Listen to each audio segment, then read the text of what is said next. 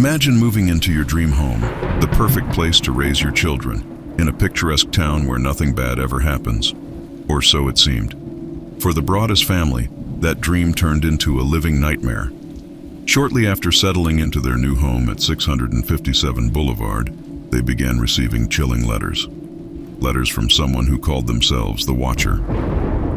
These weren't just any letters. They knew intimate details about the family's lives, their children, and even threatened harm. The Watcher claimed to have been observing the house for decades, waiting for its second coming. "Who am I?" one letter read. "I am the Watcher, and I have been in control of 657 Boulevard for the better part of 2 decades now. What dark secrets did this house hold? Who was behind these sinister messages? And why were they so obsessed with the Broaddus family?" As the letters continued, the terror grew. The Watcher seemed to know everything. Every move, every whisper, every secret. The Broaddus family was trapped in a web of fear, unable to escape the unseen eyes that followed their every step. Stay with us as we delve into this bone-chilling mystery. Who is the Watcher? And could they still be out there, lurking in the shadows, waiting for their next victim? Hello and welcome to another episode of Deceptive Reality. My name is Nick, and with me, as always, is the urbane Bert. Wait, have I had this one before? Have you? I feel like I not. have. Oh, do you remember what it is? No. Let's be honest, I forget after every podcast. Well, then it don't matter. I don't think you have. Maybe you have. You know what we should do? Mm-hmm. We should turn this into Detective Reality and figure out what this word means. Oh, that's right. And if we can't, it would be Defective Reality. Defective Reality, that's right. So what's it mean, Nick? Basically, it means sophisticated or polished in a manner. That's Lie right. to the folks. I like it. Listen. You say that every time. You must have one redeeming quality. 1 week I said, listen, that's me. I said it. I remember I edited the video. Oh, well, yeah, I suppose you could have edited it that way. I was like, man, I wasn't humble enough that day. No need to be humble. That's what the mysteries are for, to humble us. Listen, we got to have some mysteries around here. We are a reputable podcast company, and that's right. We got to stay humble. That's right. We're growing. Otherwise, we're growing with people. Yeah. We're halfway to 3,000, Nick. That's right. And we never forget our podcast name when we start recording. I wasn't going to say it, Nick. I know. I got to take my beatings.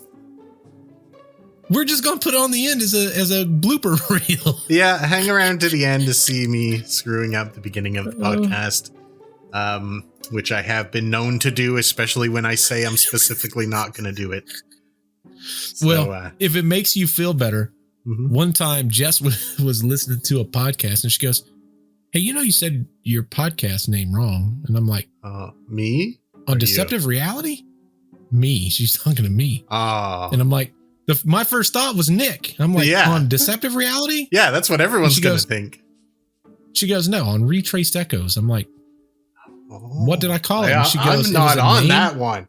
It's not me. I used the name of a company that I had forever ago. Oh. And it was called Reflective Creation. So it was another R name. Oops.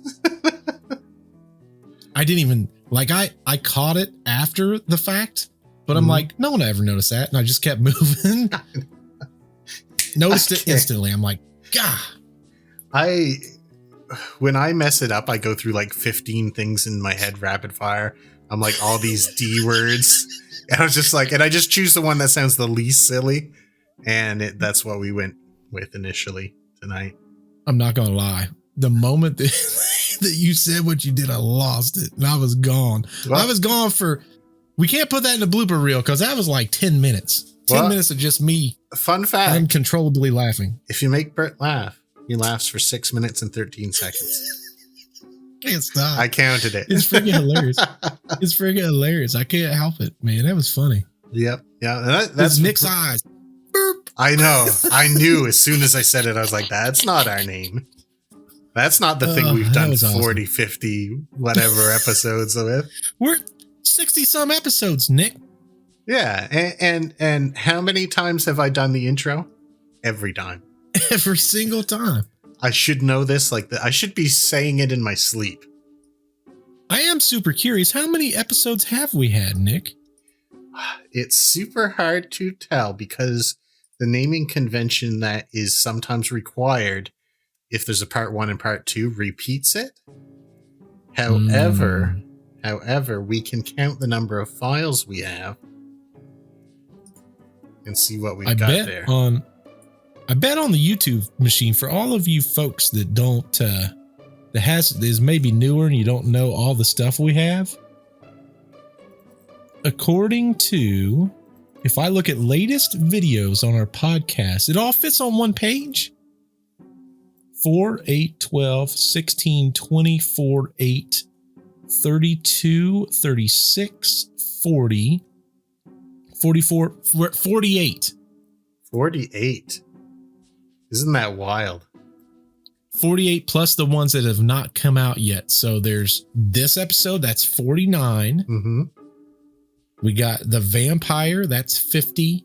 Werewolf, that's 51. Mm-hmm. 52, 53 for my collar bombing. Oh, yeah. That's a fun one. So this is technically episode 55. And you mentioned one of the 2 episodes that you did that inspired me for this one. Oh, was it a alien? Nope. No, I'm going to get this right of the way. It is a true crime one, which when we did the collar bomb one, it kind of made me want to do one of those. But I'm trying to stick away from ones where I have to censor a lot of words. So this is complicated. But I do plan to do one eventually that I'm going to have to do that a lot on. And that, heads up, is going to be at least a 2-parter. You know, I shouldn't admit this. Mm-hmm. So I'm talking to my mom on Sunday, right? Yeah. I feel like my mom's like a guest appearance almost every podcast. I know. Hi, Mom. So, yeah, exactly. Her dad watches. She goes, well, because this week's episode that we recorded for last week was the Ohio UFO. Mm-hmm. I called her. I said, what'd you think of the podcast? She goes, well, we watched it. I'm like, uh-oh. Like, that doesn't sound good. She goes, it's only a 1-parter. I say, yeah, you're the one that complains about 2 parts. She goes, well, yeah, I thought they like that. It gives me something to look forward to. Well, what are we going to do? I was so confused. I'm like, what? I don't know how to solve this problem. Oh, I know. don't either. 4-parters. All episodes from now on. 4-parters. No, just kidding. Well, she's sitting there. She goes, well, if you do part 1, I know what part 2 is going to be about the next week, versus if you only do a 1-parter, I never know what the next week's going to be. You know what we could do? We could have one of those automated callers that calls your mom and dad and it just tells them what next week episode is going to be, and then it hangs up. And it does it in a spooky voice. You know what I thought about doing? What? For funsie on our social medias is, because I typically do the thumbnail creation relatively quick in. Right. Like cropping a section of the thumbnail out and just putting it on social media to see if people can figure out what it is. Is it like that thing when you go to the theater and it silhouettes a couple people or something? It's like, this person or that fought a bear to win an Oscar, and it's Leonardo DiCaprio. Right. Correct. Something like that. Ah, that'd be neat. Or like like maybe taking like 1/8 of a thumbnail, Right. but upscaling it. So like maybe you just see like a tree in a corner of something and you're like, what's that thing in the corner? Or like it's like terrified people that's got their faces, hands on their faces, and they're screaming. And then they try to figure out what it is.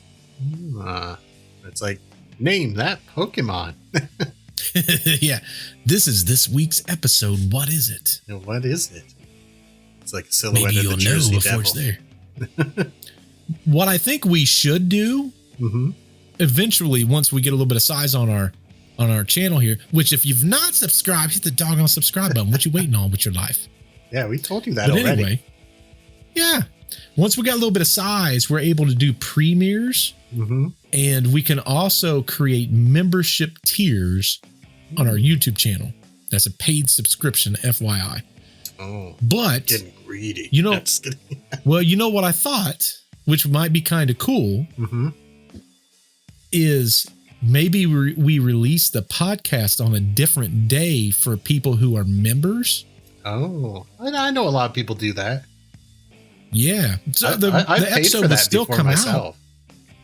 Yeah, me too. Yeah. Well, And that's what I was thinking. Or like special behind the scenes footage that, you know, because we always talk for a few minutes before we start the podcast. Sometimes we'll tell like anecdotes and stuff like that, like stories that we might not put on here. And since it's hidden behind that, we get a little bit more, what's the word I'm looking for? Leadway. There's less things that we have to worry about because it's behind a membership wall.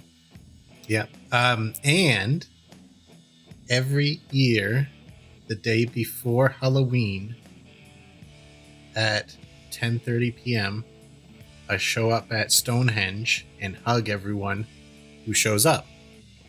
Wow. Yep. Heard it here first, folks. Yep. I've been doing it 10 years. No one's ever shown up, but I'm going to keep doing it. Nick's hoping this is the year. This is the year I get a hug at Stonehenge on Halloween Eve. Oh, man. We just got to make it that long, Yeah, Nick. We just got make to it happen. Just got to make it happen.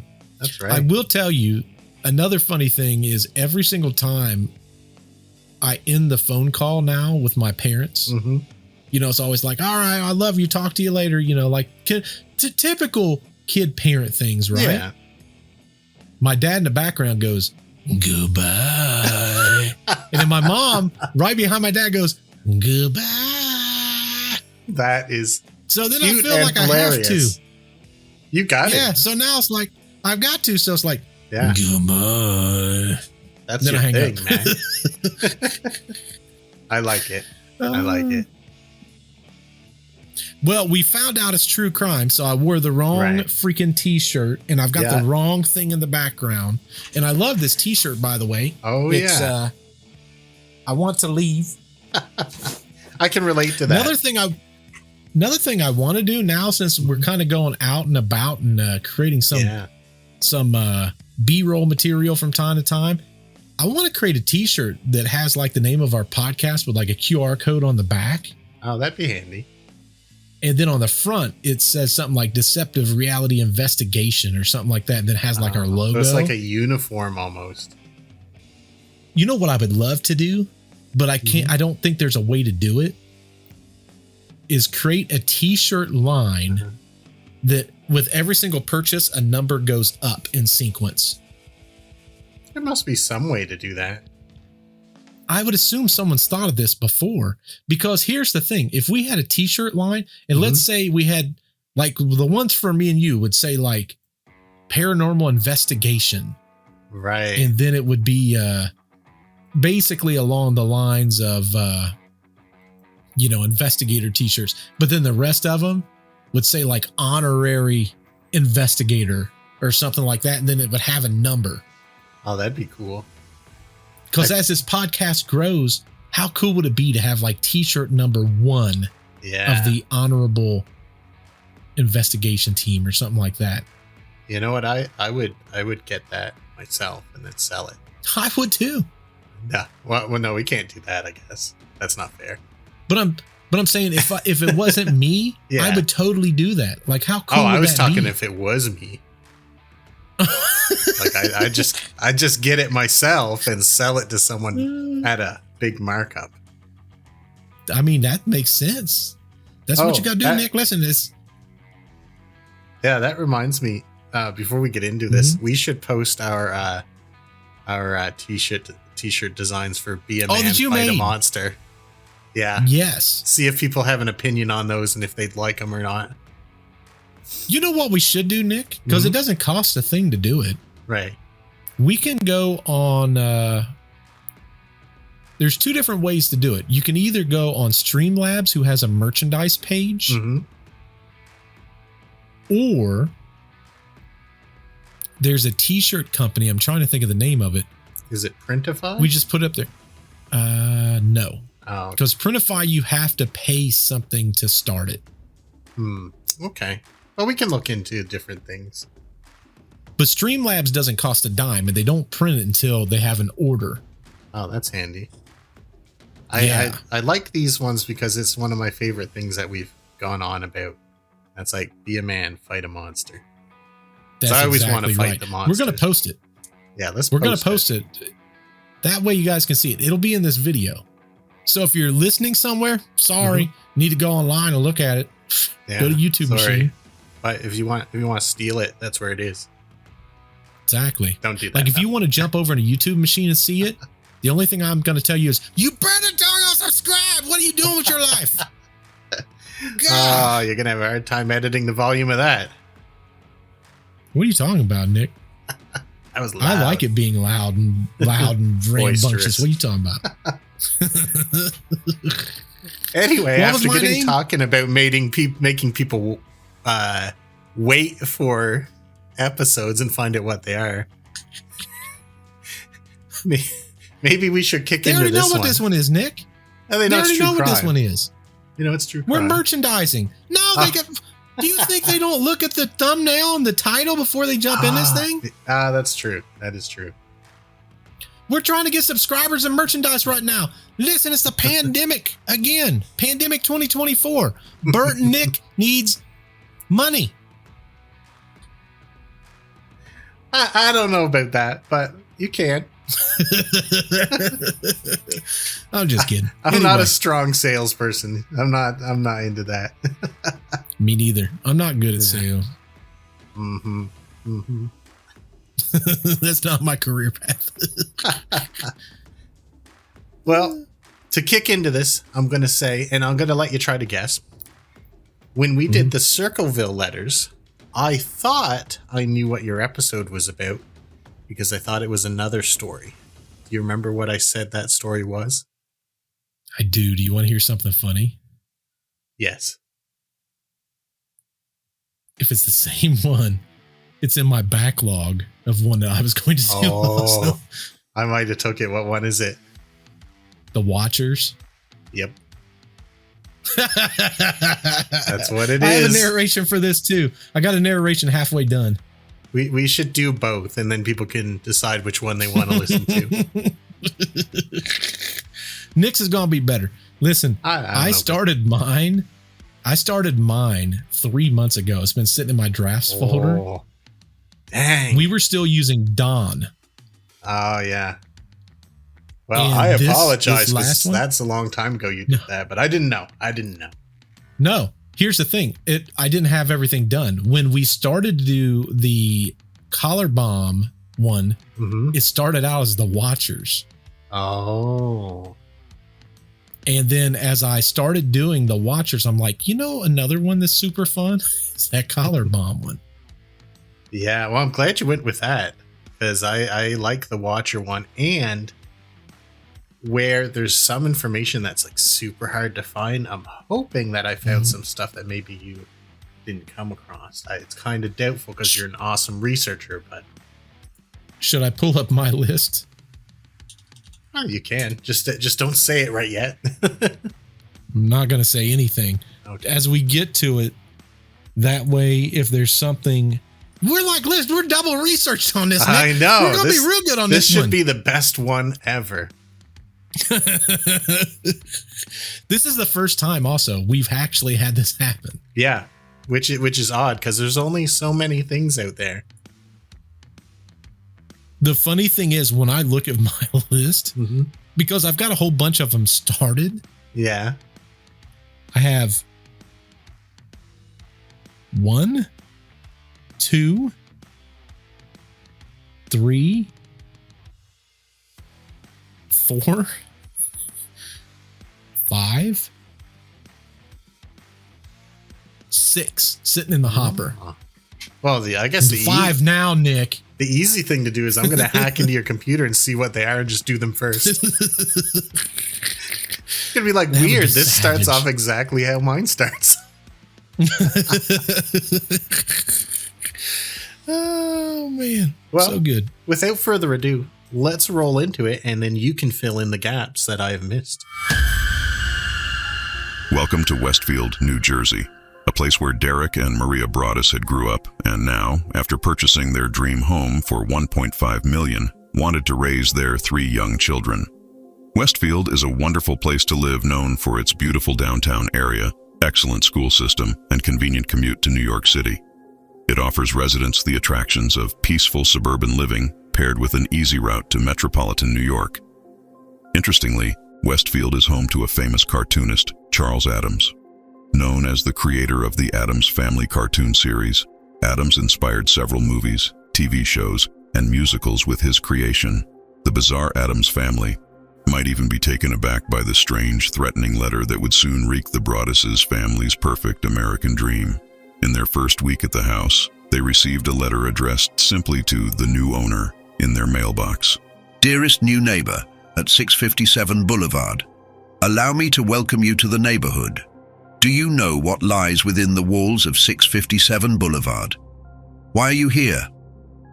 657 Boulevard has been the subject of my family for decades now, and as it approaches its 110th birthday, I've been put in charge of watching and waiting for its second coming. My grandfather watched the house in the 1920s, and my father watched in the 1960s. It is now my time. Do you know the history of the house?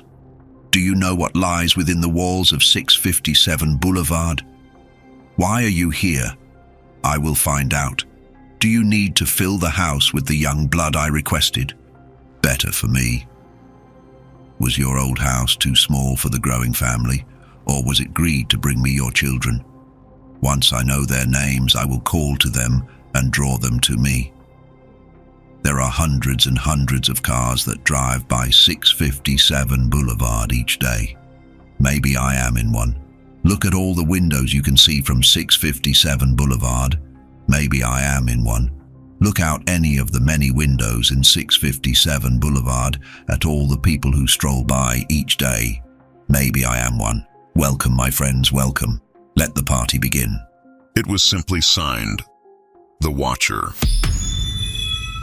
That first letter's a little creepy there. A little creepy? A little creepy. Very, very poetic and almost from a different time. Yeah, very much so. And I don't think you covered this. I don't believe in the beginning narration here.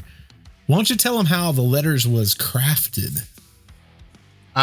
It was in rough. Well, you might have to go in more of this. On the envelope, it was in crazy rough lettering that looks very similar. If you remember our deep discussions on the Circleville letters, very similar writing to that. Correct. Yeah, with the weird slant on it that we called out and all that kind of stuff. It's interesting when you look at these people and the letters like this that they do, because I'm a big fan of true crime, but I got to do it in spurts. I can't do it all the time. But when you look at everything, it's almost, I can never tell if they're trying to fool somebody or if they are just, that's who they are inherently. That's why all their letters are similar. In this particular case, well, I think there's like a playbook that the kind of people who do this kind of thing are very similar kind of people, like they fit into a type. So I think that's why these come out like this a lot. But this particular one, and I'm not going to give too much away, when I cover the very, very end, I think there might be more reasons why they talk like this. And the things in this letter are kind of foreshadowing something way in the future.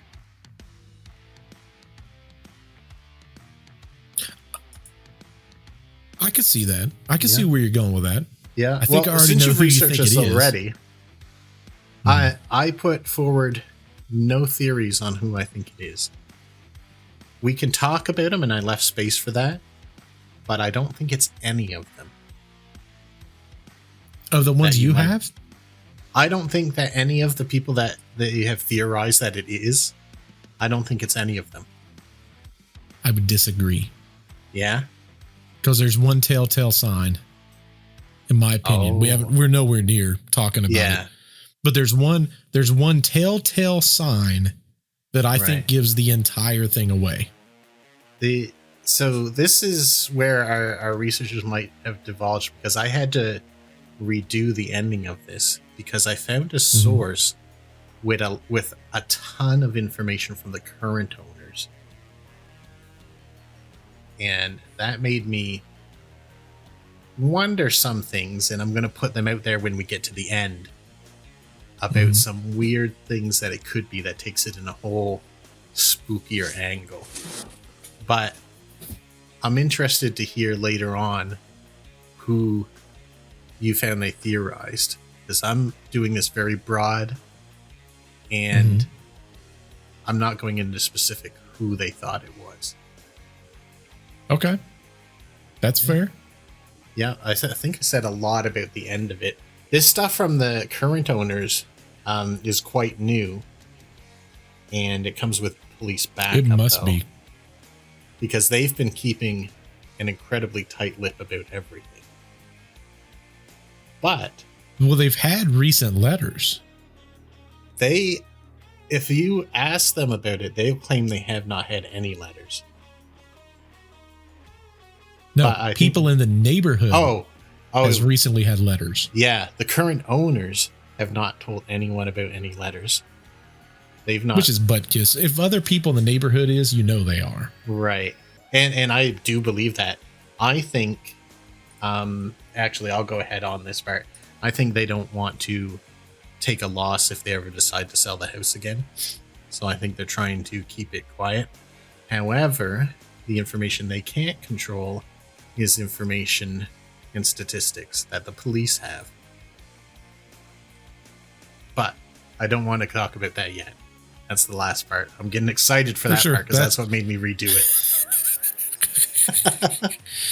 I'm just going to give it all away. Short episode. It's it's hard because sometimes we find really cool things and it's hard not to talk about them. Yeah. I'm glad I left out all the suspect stuff, because I think we should talk about that, and that'll give us more to talk about in between.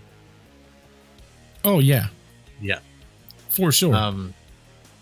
But so far, they've just got this one letter. They're not even completely moved in at this point.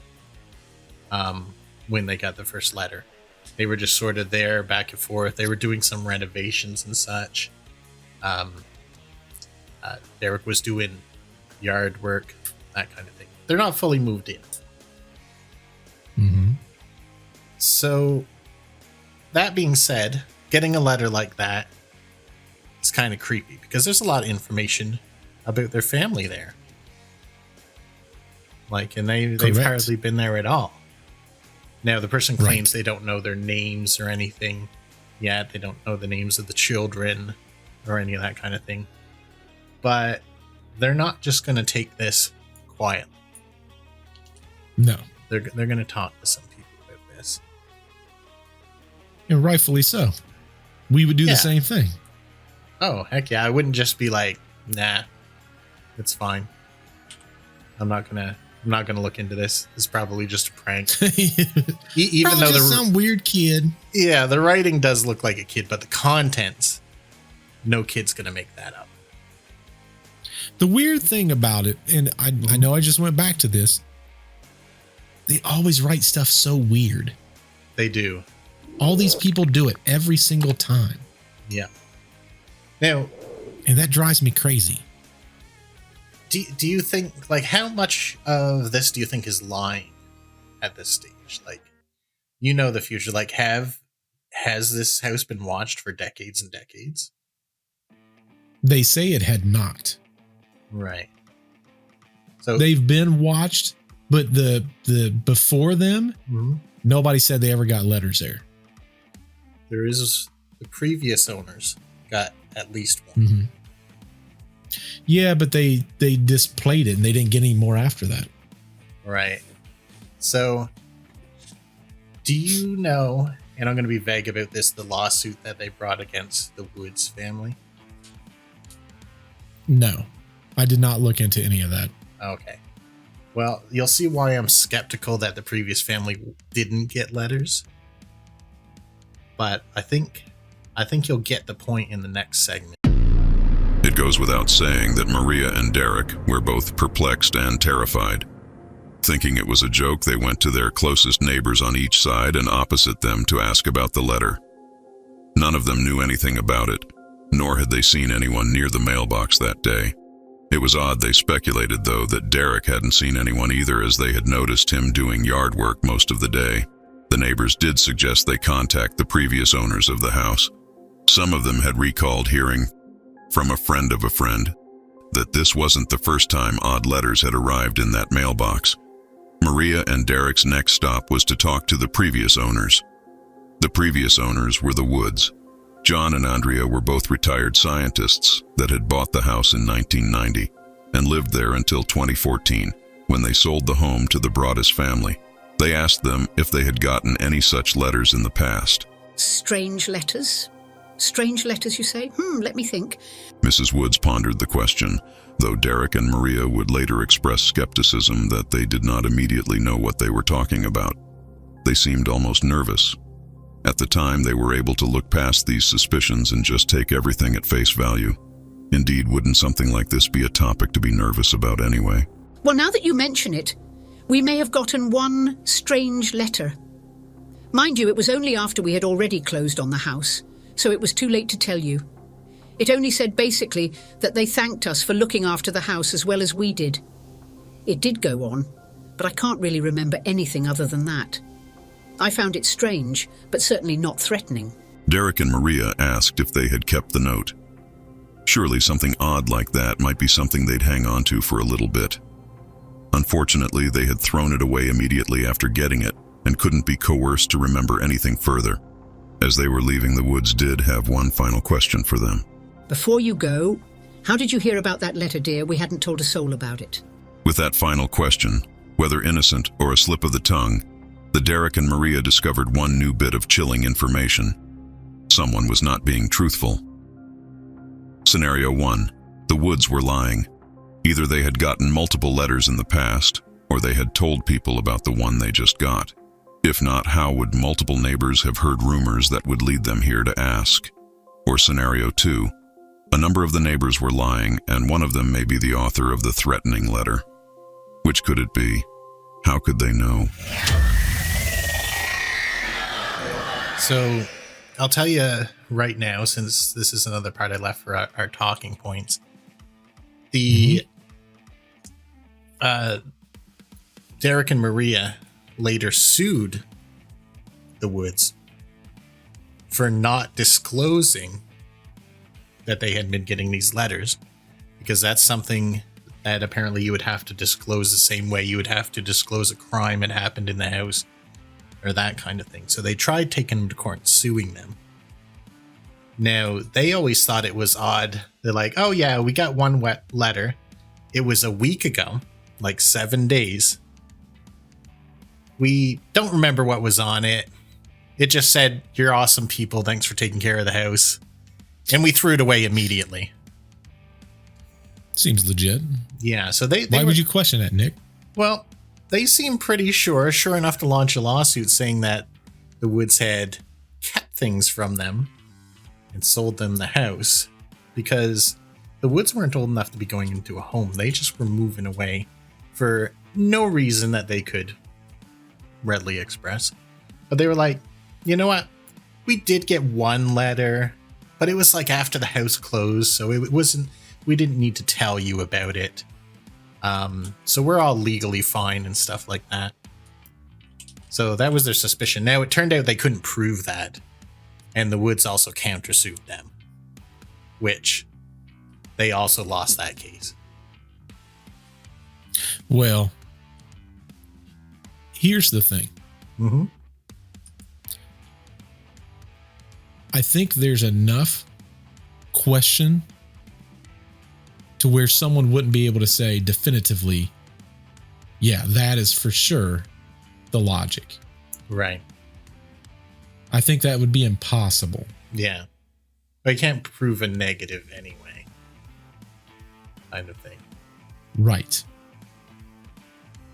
Because that would be hard to do, right? Mm-hmm. It's like you have to assume, one way or another, you have to assume that it's either manipulation. Yeah.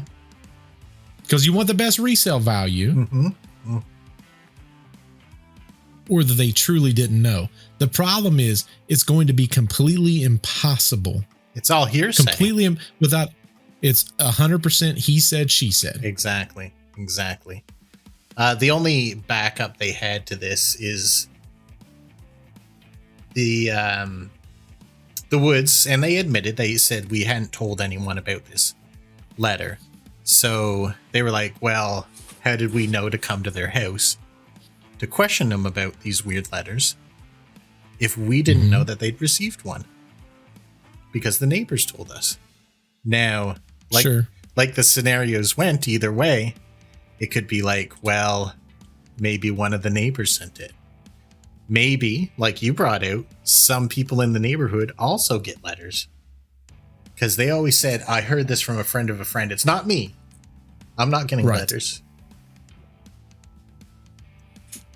Well, we saw it in the Circleville letters, right?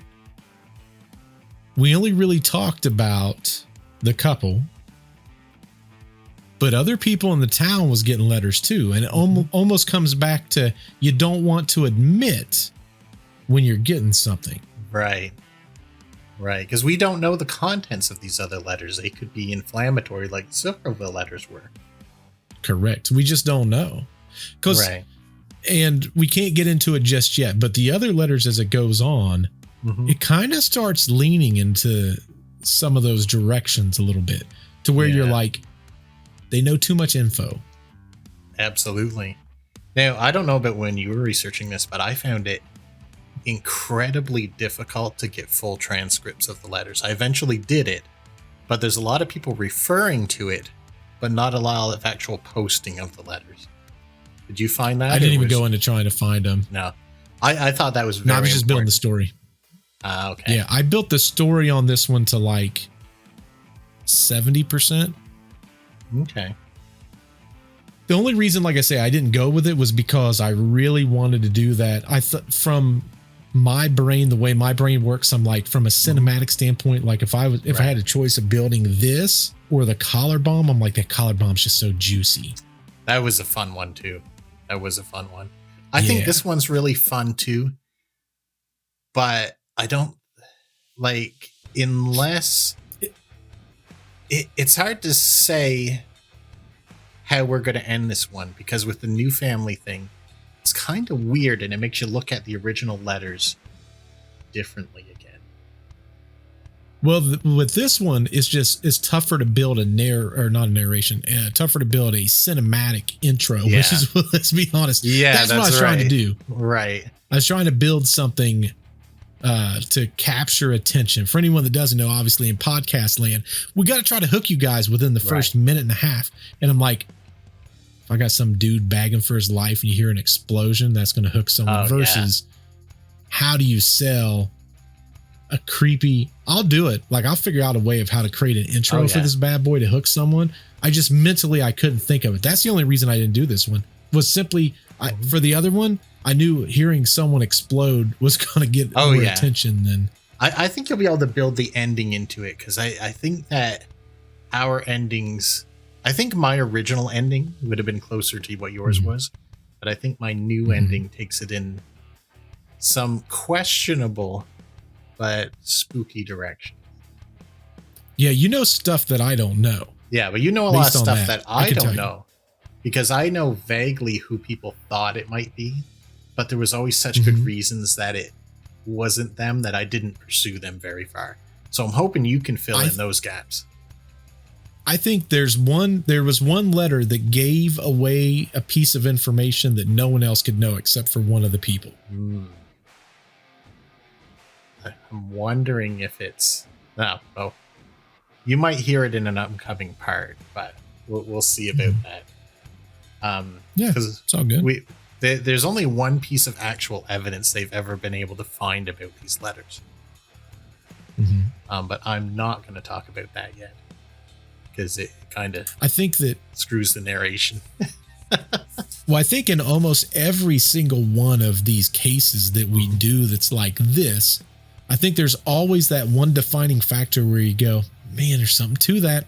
Makes me think they slipped up a little bit, right? Like when we looked at the collar bomb, right? The pizza one, right? I think there's one part that really gave that away. Yeah, I think I'd agree on that too. But there was some parts where it makes you wonder, though, because sometimes they're brilliant and sometimes they're not. Correct. Even in the Circleville letters. Oh, yeah. Like in the Circleville letters, it was the same way. It's like, this is kind of definitively now the direction I'm taking because you screwed up, in my opinion. And the problem is some of these cases, they get so old, they become diluted is the best way that I can put it, because there's so much misinformation out there. Right. And that's honestly the research part of it. Listen, when we research, the complicated part is not necessarily finding the entire story. Right. It's finding the one that's not completely screwed up. Right. And you probably know, actually, when did you stop your research on this? I only did it for what I do is I come up with an idea and then I put it in my folder. Okay. And then when I have free time on like a week, typically my free weekend or the time that I've got is the weeks that I do my edits for my video that comes out, because most of it's done. Yeah. Whereas with yours, I got to build the soundscaping. I've got to build the music. I've got to build kind of everything. With mine, most of that is done. Yeah. So like a prime example, this week's that's hitting for this week for our viewers is the vampire episode. Right. That's your episode. I'll spend an entire 8-hour day doing soundscaping and music, versus with mine, I don't have that. So what I'll do is I'll randomly pick a couple of them, because what happens is I'll get so far and then I'll get stuck on something. I'm like, I'll come back to it later and then put it back in the folder, and then I leave it there. Yeah. But I've got 6 of these going on, and each one's different. When was the last time you actively were researching this particular case? A month is what my Google Drive said. When I reopened it up, it said last opened a month ago. So was that before or after the Netflix series about this came out? I didn't even know there was a Netflix series. Right. And this is what makes it super complicated, because they did a lot of fictionalized accounts and mixed other stories from the same state into it. So it was incredibly hard to separate this happened on Netflix but didn't happen in real life. Like in the Netflix series, there was a person who murdered their whole family in this house. Nothing like that ever happened in this. No.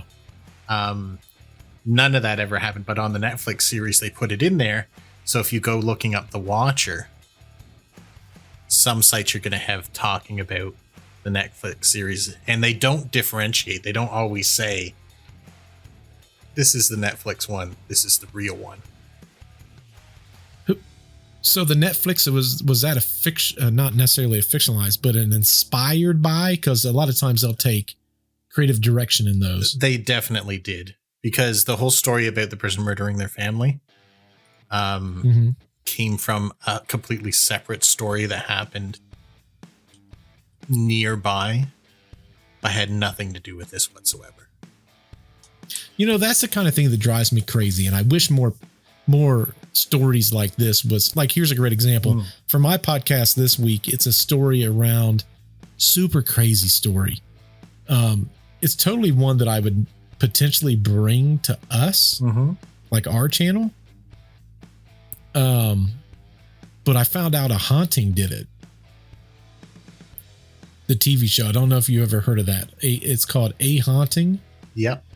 And I'm like, dude, they're pretty accurate with most of their stuff. I'm like, let me make sure I didn't miss anything. So I went back and watched theirs, and I'm like, what is this story? I know, right? This and I happens go a lot. watching it. I'm like, none of this is accurate. And the only reason I know mine is so accurate is because I found 2 interviews with multiple people about the same thing. Yep. So it's kind of disappointing because you never know what's real and what's not. So I'll be the first one to say that I personally believe that most of these shows are doing a disservice by taking a lot of these liberties to anyone that's trying to do anything after. It's kind of like you and I talk about it all the time. It's AI corruption where people will poison the model, corrupt, and stuff. Poison the model. Yeah. I feel like that's what, and I hate to say it, it gives some podcasts a bad name and some Netflix series a bad name because it's all screwing everything up for everyone else. That's, I look at A Haunting like as a show that you want to watch to try to make sure you didn't miss something. Right. But not always the case. No, because like mine, it was a kid. Right. That, without giving too much of away, this kid goes to a museum and there's a mummy in the museum and he becomes cursed by the deity or the god that was protecting this mummy. In A Haunting, the kid was 14 years old, and over the course of like 2 years or 3 years, this thing was haunting him. In real life, he was in 2nd grade when that happened. Right. So it's like a completely different scenario. Yeah. And they didn't even have to do it that way. Like A Haunting, if they would have done it as it's a child and look at all these events and he was terrorized till he was 18 years old. I mean, that's much more of an interesting story, in my opinion, than, well, he's haunted for 4 years and then he got out of the house. You know what I'm saying? Yeah. I think it's kind of worse for A Haunting because that sort of presents itself as like almost documentary style.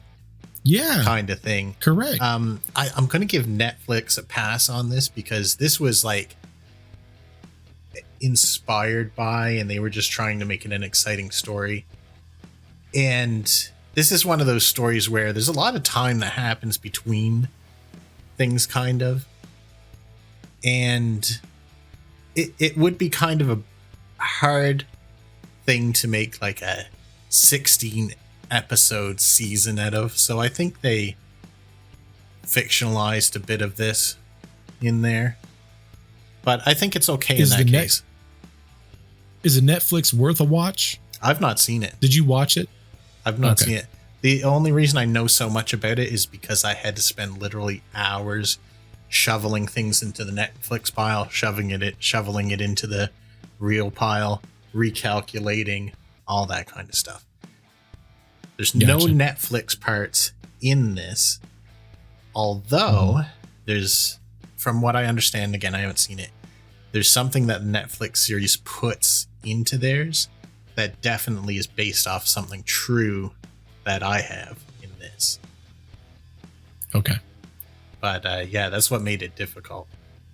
But if you have a 16-part series on Netflix and you have people that go out and journalize, they figure this stuff out, I still think it does a disservice, even if it's inspired by, because this is a real life event that people has. Right. You know how many times I'm talking to someone about a case and they're like, well, you know, X, Y, and Z. And I go, that never happened. Yeah. What are You're you going to get it about? on this one because this series is popular. So people are probably going to say that to you in real life. Spoiler alert. Yeah, that's going to annoy me.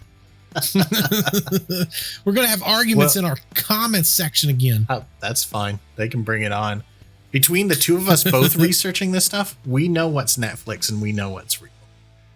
So correct, yeah, because I don't know how you can make a 16-part series out of this. I'm just estimating. It's a full series though, and I think they're probably going to do multiple seasons, but I'm going to have to look into that more. I didn't want to watch a bit of it while I was doing this, but I'm tempted to go back and see it now because it sounds like with the crazy stuff they added, it's probably a wild ride. So yeah, I'm super curious. Yeah, because like I say, I know the story. Yeah, I have my assumption on who it is. Right.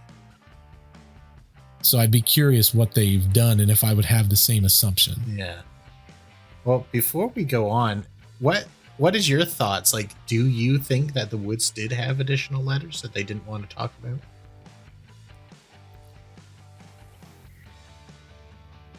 I'm going to say no, but it's based on who I think caused it. Okay. Now you'll have to sort of self-regulate when you think it's a good time to bring up the suspects. But are you ready to hear the next part? Absolutely. As the family tried to settle in and brush off the odd first letter, more would soon arrive. The Watcher was learning more and more about the family, and though Derek and Maria were on guard now, neither they nor their neighbors ever caught anyone at the mailbox. Further letters seemed to serve as proof the Watcher's family had been doing this for ages, but also to threaten the family out of making any changes to the home. They contained such lines as, "All of the windows and doors in 657 Boulevard allow me to watch you and track you as you move through the house. Who am I? I am the Watcher and have been in control of 657 Boulevard for the better part of 2 decades now. I am pleased to know your names now and the name of the young blood you have brought to me. You certainly say their names often." Interestingly, they spelt their surname wrong in one letter, identifying them as Broaddus. The reference to saying their names often almost lead Derek and Maria to believe they were being listened to while inside. The Watcher also called out the family for renovating the old home before they moved in, telling them, 657 Boulevard was anxious for you to move in. It has been years and years since the young blood ruled the hallways of the house. Have you found all of the secrets it holds yet? Will the young blood play in the basement? Or are they too afraid to go down there alone? I would be very afraid if I were them. It is far away from the rest of the house. If you were upstairs, you would never hear them scream. The house is crying from all the pain it is going through. You have changed it and made it so fancy. You are stealing its history. It cries for the past and what used to be in the time when I roamed its halls. The 1960s were a good time for 657 Boulevard, when I ran from room to room imagining the life with the rich occupants there. The house was full of life and young blood. Then it got old and so did my father, but he kept watching until the day he died. And now I watch and wait for the day when the young blood will be mine again. Getting real creepy there. Oh, it's getting creepy. So they're starting to suspect that they're being listened to, at least in the house, which would also account for them in the letter not being able to spell their last name, but knowing how it sounds, kind of. So they're getting a little suspicious of that. So they probably checked around for bugs and stuff like that. Sure. That kind of thing. But also, one thing I took from this is it seems to me that they don't want renovations for the history, but they particularly don't want the kids or anyone looking around in the basement very much. They seem to want to keep people specifically away from there. The other thing I took out of this is at some point they spent a lot of time in the house, the Watcher did. But what's your thoughts on this? I think the basement comment was a ruse. A ruse? Mm-hmm. That's what I think. So you think they do want to bring him to the basement, or they don't want to bring him to the basement. Neither. What I think happened, let's use, for example, let me give a great example. And we see this IRL all the time. Mm-hmm. There's certain calibers of people that want to feel more special. Right. And I think right now we can both agree mm-hmm. that the person that would write this letter would want some type of recognition. Right. The letters sound very Zodiac killer letters. That's, right. You know, that's what I hear when I hear these. Those kind of people want you to know that they're a part of the mix. Right. Right. It's kind of like when you this probably the best environment for this is if you go and you work someplace and you bring a new hire in. Mm. The new hire's like, yeah, I know all about X, Y, and Z. Yeah. You know, yeah. You go, oh, you do. And if there's one little piece, like maybe they don't know it as great as what they say they do, but if they know one little thing, they'll put that one little piece out there and be like, I told you, I know the whole entire thing. What are you talking about? Like, this is so easy. It sucks because that's what he's doing. I've known those people, but I've also, to a smaller degree, been that person because you're new there. You kind of want to make them feel like, oh, they've hired someone who's good for the job. So you like, if there's one part you do know, you're kind of like talk more about that. Yeah, and I don't disagree with it, but like, let's use for example, in my neighborhood, I know the neighbors near me that would have basements. Right. So if I was trying to write a creepy letter to someone who was new in town, I'd be like, you don't want to go to the basement because everyone's got a fear of the basement. I don't care who they are. Basements are creepy. We're talking about heck. A long time ago. Yeah. A long time ago, they were all creepy. Every single one was creepy. Oh, this house is ancient. I've been allowed to go down into the basement here just once. And I was like, oh, this is like, if a horror movie hasn't happened here, I'd be surprised. And that's what I'm saying. So there's already that adept, feel of fear. Right.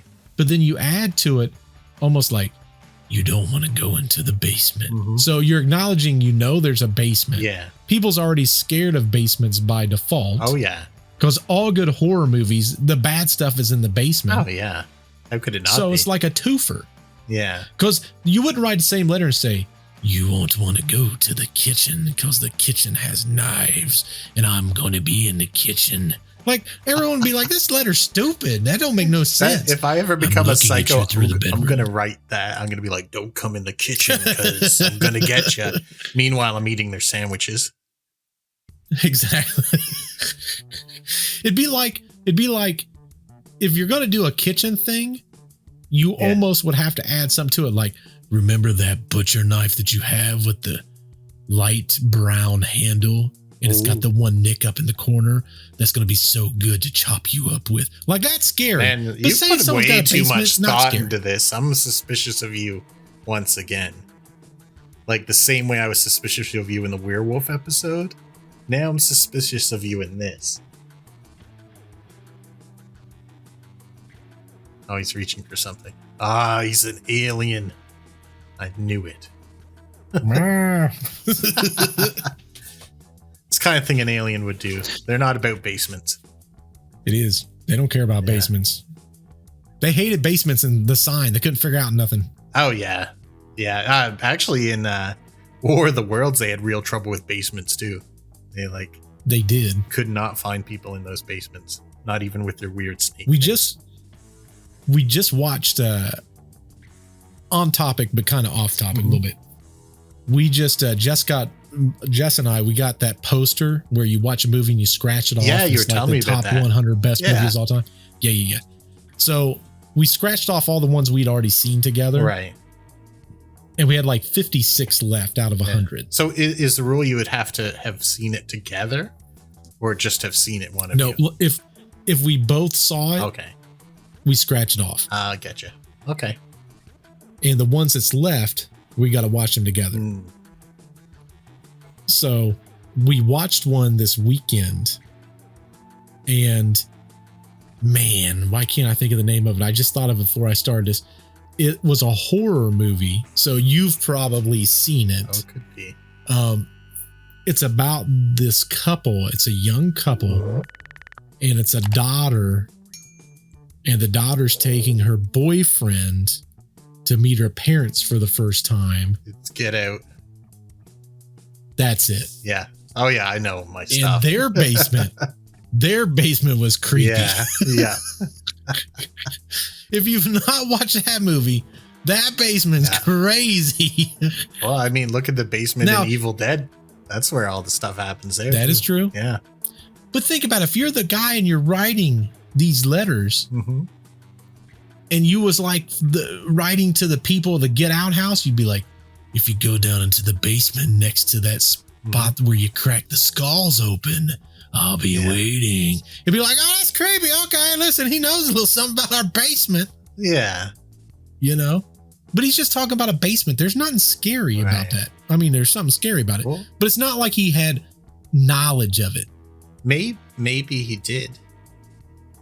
Because he seemed to have knowledge of the interior of the rest of the house. Now, I'm going to argue that you can go to open houses all the time and look around houses. That's not hard. You don't even need to do that. You don't even need to do that. We got these portals called windows. Yeah, that's true. That is true. But I mean, like, if you were doing it in a non-suspicious way, kind of thing. This is the 60s and 70s. No one was standing outside. There was no Ring doorbells. There's no security cameras.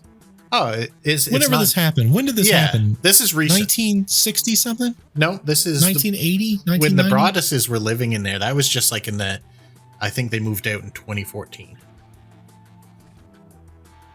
Or that's when the house closed. I don't remember which one it was. But this is a recent one. So I thought this, never mind. I know why I'm thinking that. Never mind. I can't because it gives away my answer. Never mind. So disregard. I mean, there's a bunch of ways that they could have known about the inside of the house.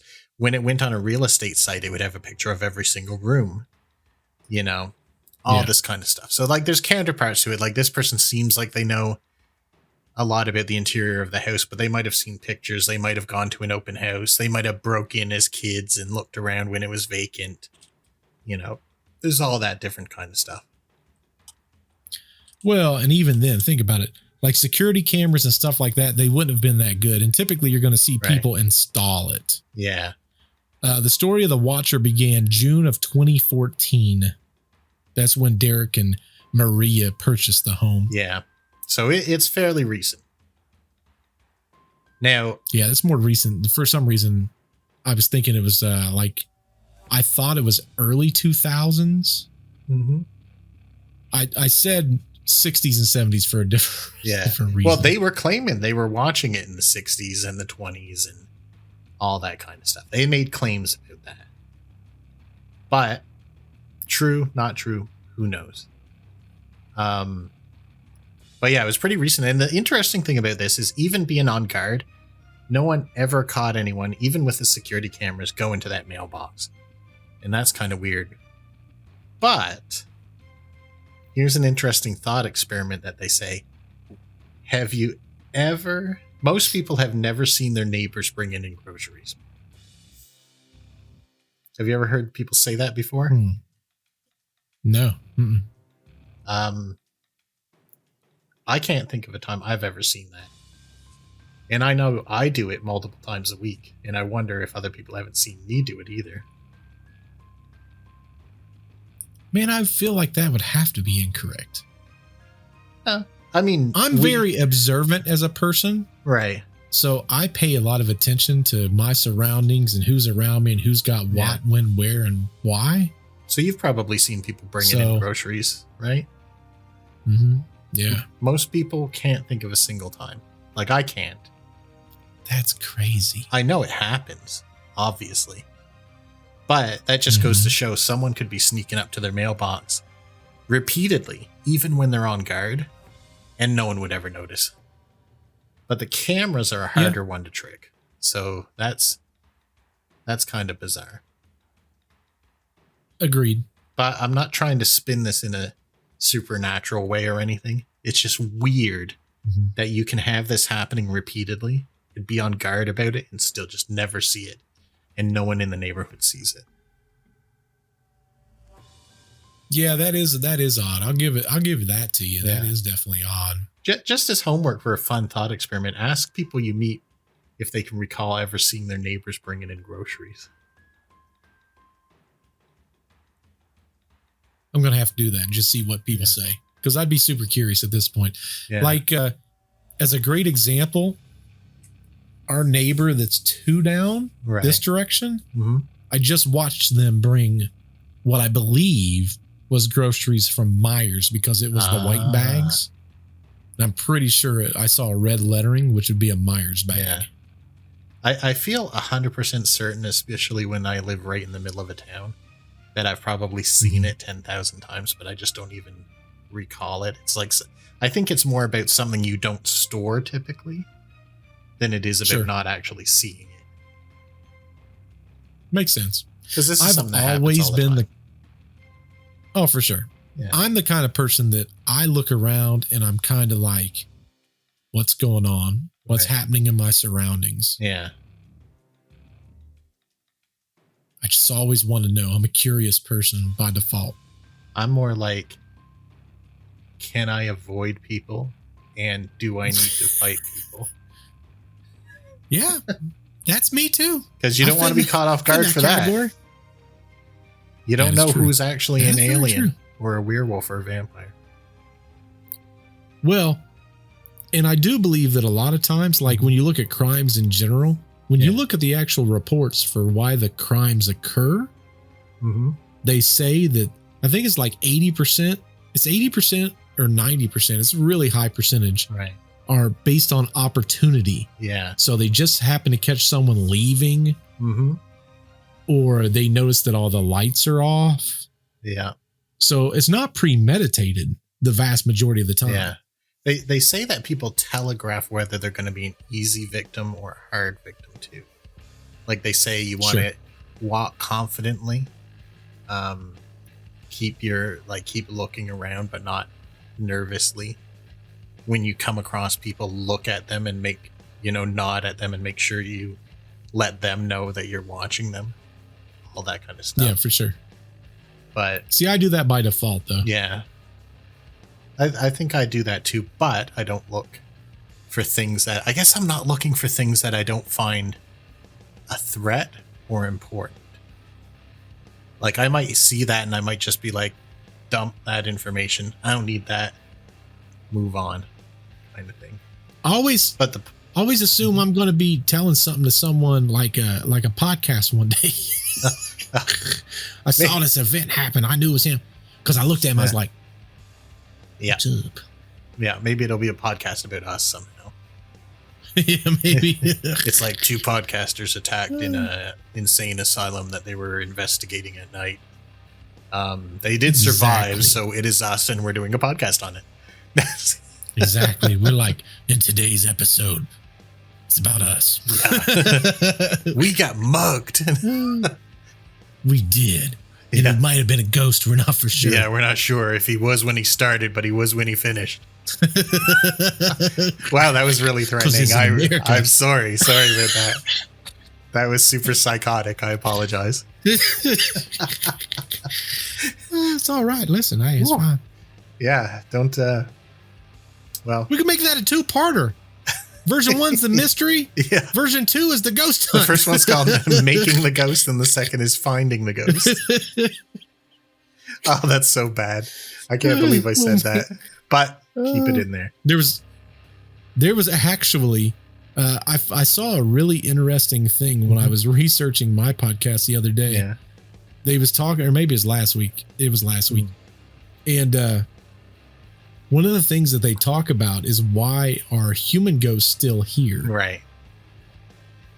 And the psychic said, which I've never really heard anyone ever say this, but they brought it up from a religious standpoint. They said, regardless of what religion people have, there's always a bad place that you go to if you do things wrong.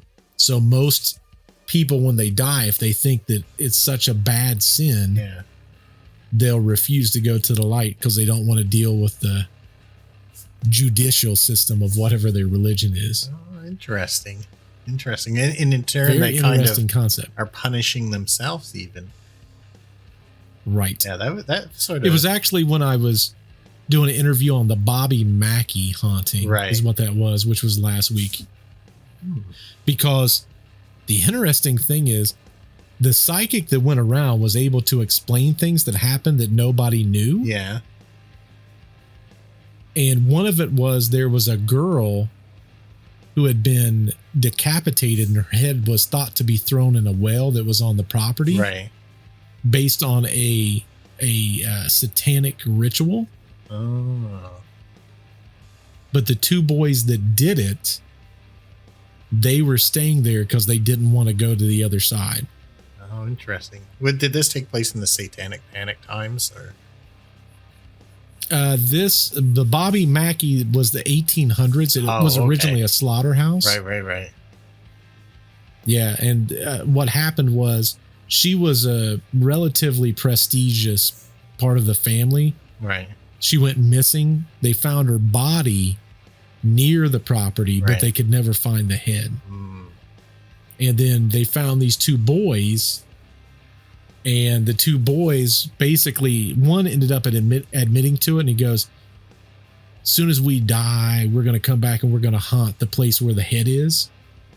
Oh. They tore down the slaughterhouse years later, and then Bobby Mackey built on top of that foundation. It was originally like a not a biker, like a rock club, and there had been 6 homicides in the last year. Okay. But that's what the theory was that a ghost will not move on to the next thing based on that. Okay. Fun fact before we go further. Do you remember in our Dead by Daylight days when we were playing that? Mm-hmm. And you had that area that was called the abattoir? Yes. Do you know what abattoir is? Mm-mm. It's a fancy way of saying slaughterhouse. Oh, really? I didn't know that. Yep. It was like the rancid abattoir. So it's the rancid slaughterhouse is what it was. You know, and it gives that vibe. I always thought that always gave me the vibe of like the Leatherface kind of spot, because the house reminded me of that. Oh, yeah. Yeah. Out of curiosity, did that map come out when Leatherface, whoever they had as Leatherface? I don't recall. It may have. Because the Hillbilly was initially their version of the Leatherface. Yeah, I didn't think they'd ever thought that they'd grow so big that they'd get all these licenses. They did not. No. That's why they created a lot of those characters based on other characters they love. Like the Hillbilly, that was what that entire thing was about. Yeah. They came back and admitted that was why they built it.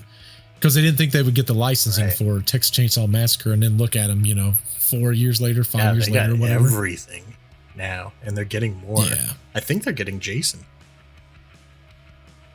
I wouldn't doubt it. Now that legal stuff's over. Right. But very interesting. Anyway, none of y'all know about this, but maybe Jason Voorhees is the Watcher. We don't know. He could be. He's got some things in common, except he can't talk or write. Maybe his mom is in the basement. We don't know. Maybe. And there's evidence to support that a little bit. But it kind of is. Why don't we go on to the next part and see what happens next? While it was hard for the Broadduses to accept that a single family had been watching a house for decades, or perhaps even more than 100 years, they decided to take it seriously. The last few letters suggested that the Watcher had run around inside the house decades ago and knew intimate details about the layout, and even secret parts of the house that Derek and Maria did not. This gave them the idea to look into the history of the house itself and its occupants. Built in 1905, the house is a beautiful result of displayed wealth in 20th century America. The Westfield Historic Preservation Society has labeled the house a shingle-style design, an American style that evolved from the Queen Anne style and showed renewed interest in the shingled homes of New England. The house's most prominent features are the uniform sheathing of wood shingles, grouped windows, a front porch with iconic columns, and the gambrel roof. popular feature in American architecture at the turn of the century. The house's original owner was Harry Lincoln Russell, a real estate agent and early property developer in Westfield who purchased the lot and built the house in 1905. In 1914, the Davies family purchased 657 Boulevard for $1. William H. Davies was a one-term mayor of Westfield while living in the house, and he died there in 1947, a few years after his wife. The house went on to Davies's son and daughter-in-law, Francis Ernest Davies, who sold it to Dillard and Mary Bird in 1951, again for a reported $1. The house sold 3 more times, to Lawrence and Mary Holmes Schaffer, then to Seth and Floy Bakes, and in 1990 to John and Andrea Woods for $370,000. It was odd that the home was sold so many times for just $1.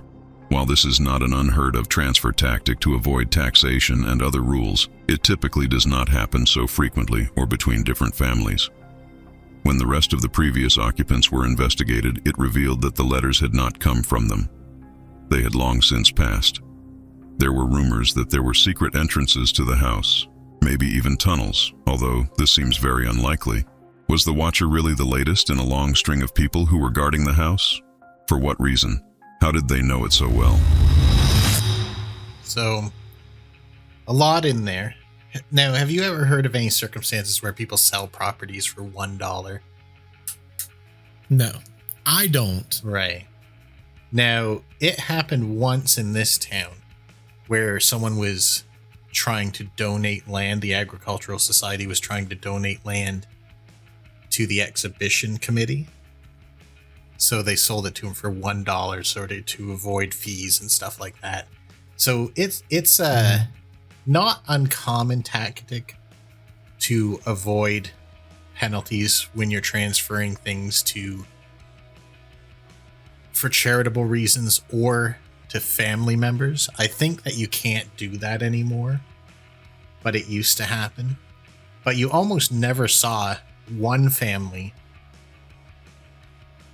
selling a house to a family they hardly know for $1. That's where the weird parts that doesn't come in. happen. Now, For sure. From my research, and feel free to contradict me, I don't have, of those things, almost all those people passed away in the house, but that's not uncommon. But there's no supernatural stuff. There's no murders, contrary to what you'd see on the Netflix thing. There's not any ghosts that I heard about. There's not really anything supernatural that happened here. Did your research turn up anything at all, or even any crimes? Or I didn't go into any of that because I don't think that's valid here. Yeah. I'll be honest. When I started building mine, I already had my suspect lined up. Right. So I'm like, that's our person right here. So I think now is the time to get into that. Who was your suspect? Because I never really went into this part. We sort of attacked it from different angles.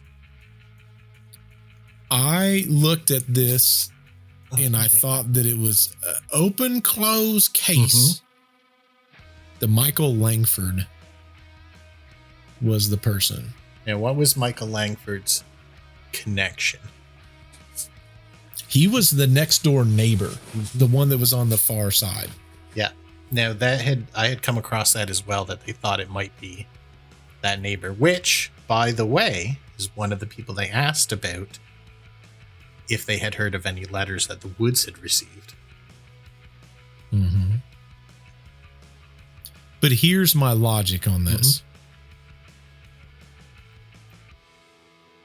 Shouldn't admit this, Okay. but I'm going to admit this. When these neighbors over here have an argument, Yeah. I hear it. Right. When things are going on over here, I hear it. Right. When things are going on behind me, I hear it. Right.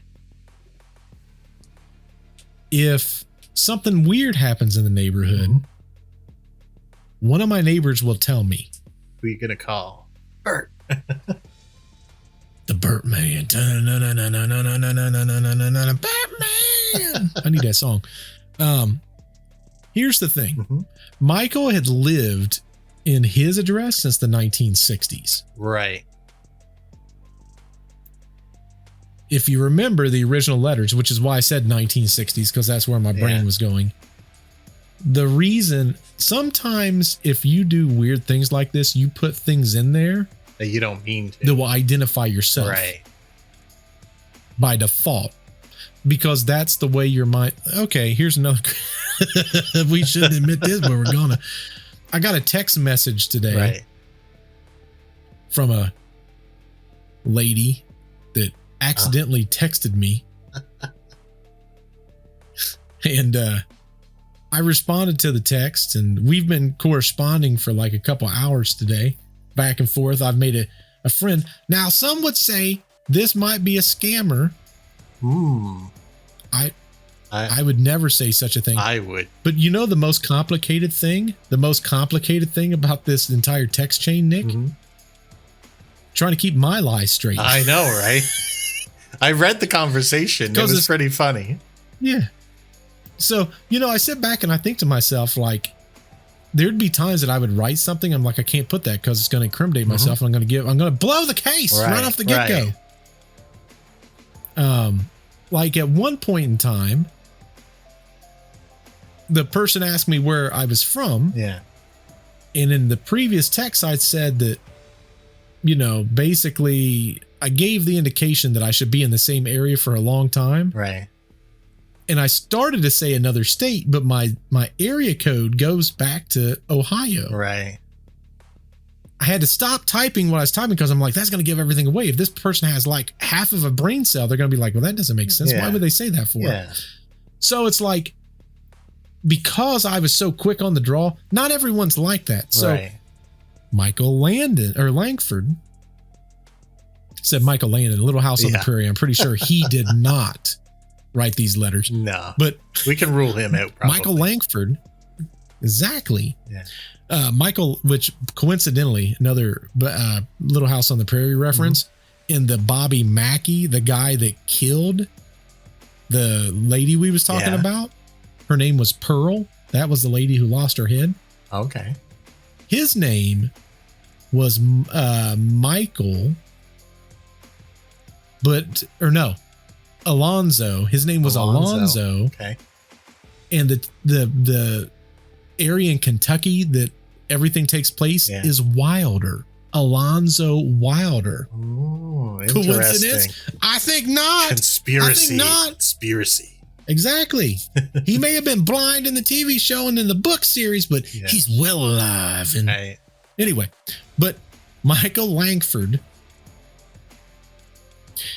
I think he accidentally dropped the fact that the house has been watched since the 60s. Now, if he grew up in the 60s, he also would have been in that house numerous times, probably with other kids. Right. As he grew up. That's where the young blood or the new blood comes from, probably. Also, this is a rich area. His house might have belonged to his father, who might have watched that other house in the 20s as well. Yes. Now, we probably don't know that or not, but I think we can. I think it's a safe guess that that's probably the case. His dad was around back then. That's in my notes. Oh, okay. So his dad probably kept an eye on that house because people get invested in their neighborhoods. They don't want to see change. Correct. So don't want no riffraff coming into this neighborhood. And we know it's not a previous occupant of the house because other than the woods, the others aren't around anymore. Right. Now, does Michael Langford? Does Michael Langford have a wife? Do you know that part? So, funny as it is, yes. So, on one of the letters, did we cover this I don't want to give anything away. I think you're going to say the same thing that I'm going to bring up. So, go so, they found female DNA on the letters. That's what I was just going to say. They gave her a DNA test, and it did not match her DNA. Interesting. Now, with that said, my theory on this is, much like all DNA, eventually it starts to degrade. Right. Now, I didn't say this. I'm making this assumption. I believe that it's also possible that if they're leaving these letters, who knows where that DNA came from? Right. The one I read, it was So on the though it's glue of the interesting. envelope, is what I had read. Yeah. Yeah. Correct. Correct. Now, to add on to what you said, they actually did canvassing, and everyone in the neighborhood voluntarily gave DNA samples except for 2 people who were on vacation who never ended up getting tested at all. But they were on I vacation did not see that. during delivery of the letters. So that could rule them out. Could. Yeah. But My theory is it's Michael Langford. yeah, and I think that's a really reasonable thing that, because one of the letters had stated that I think it was a little boy or little girl was painting. Mm-hmm. And you're not going to know that unless you're looking into the windows. You're not going to know that. Well, that's in the next segment. They were either painting or something. Yeah. Oh, it is? Yeah, and we should, no, that's good. That's fine. I'm glad that you come across this too. No, this is really good, because the next segment is going to tell you more about where she was painting and why it's extra creepy.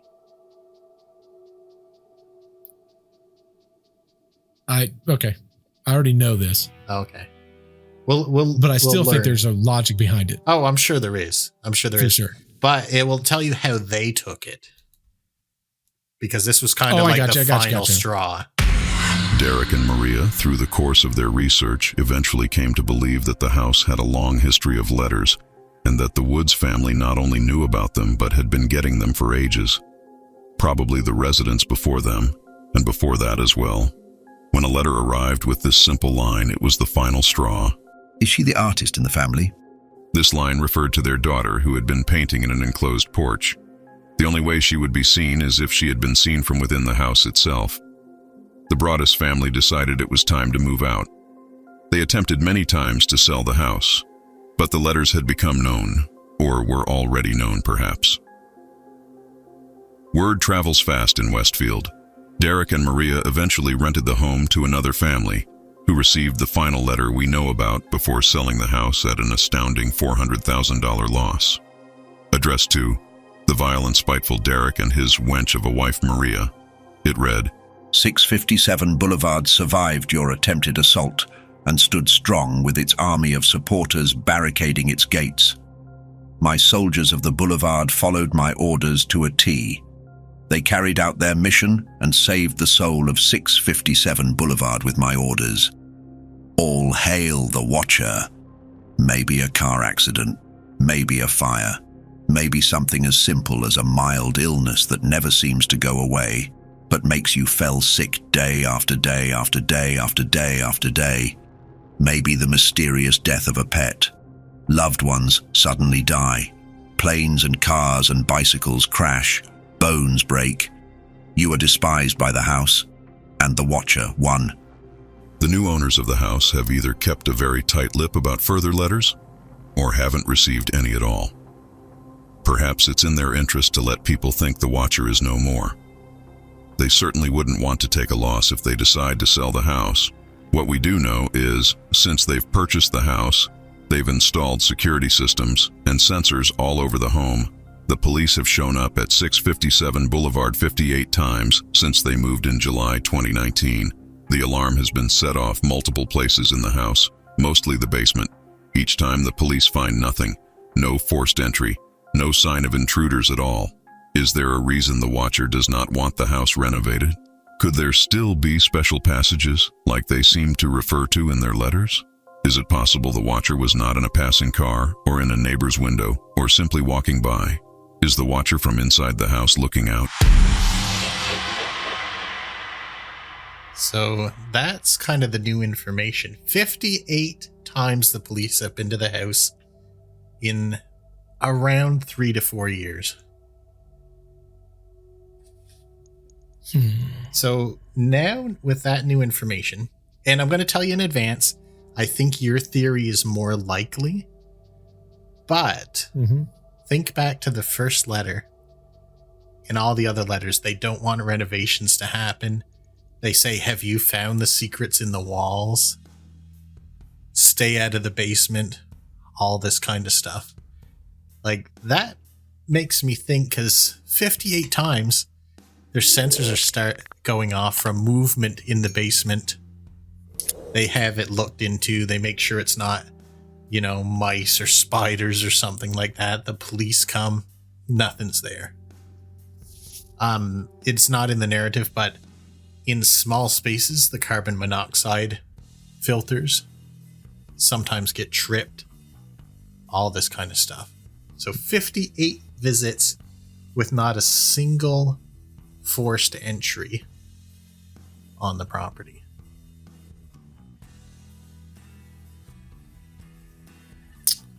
Well,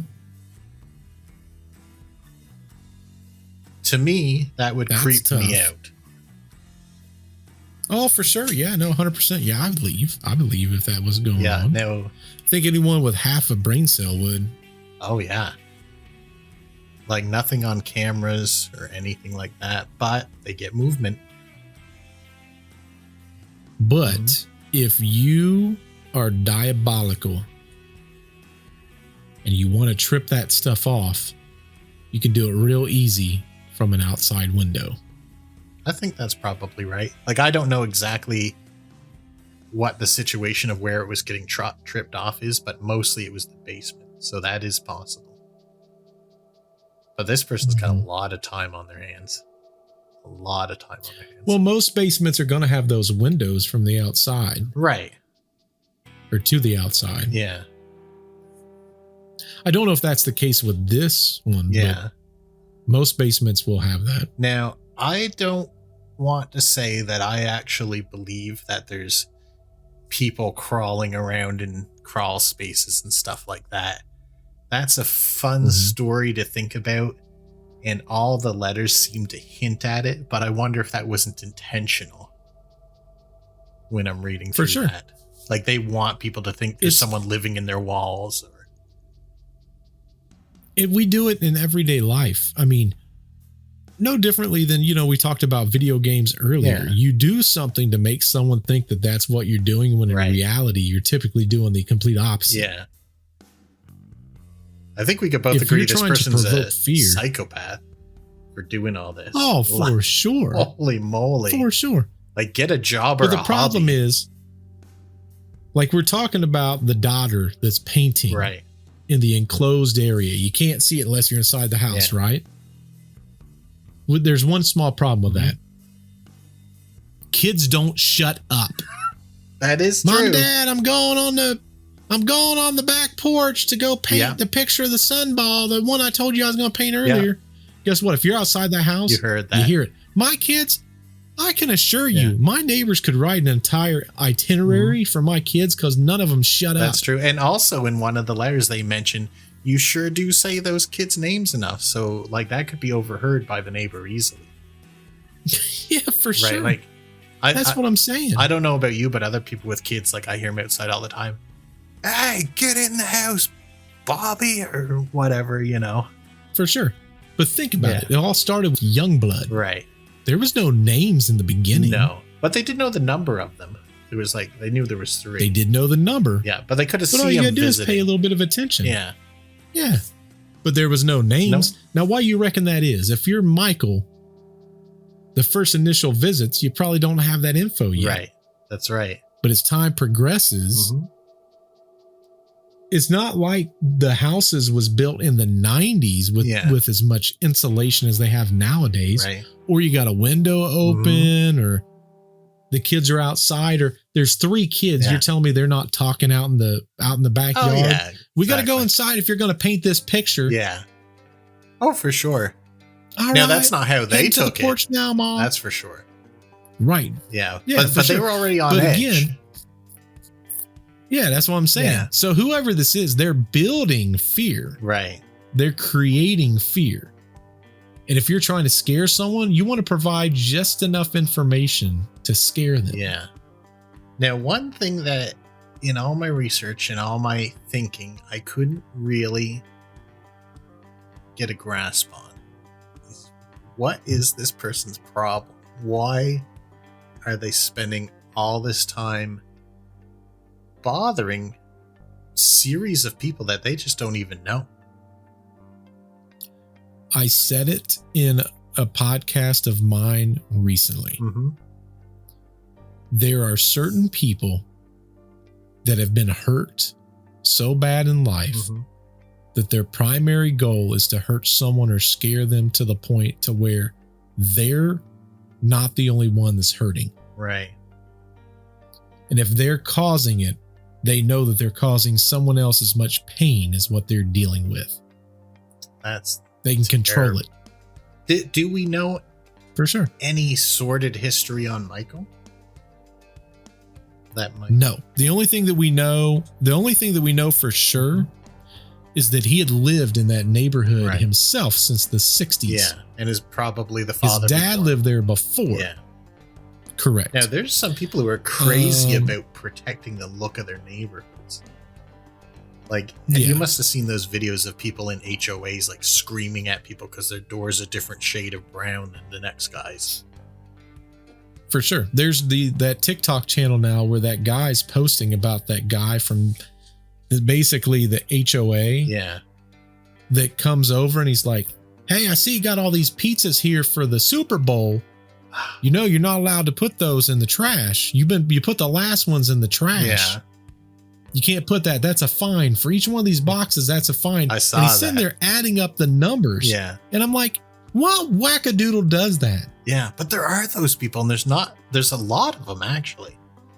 So yes, these people could just be ticked off of any slight thing that someone who moves in does around the house. Maybe they didn't cut their lawn this week, so they're ticked off.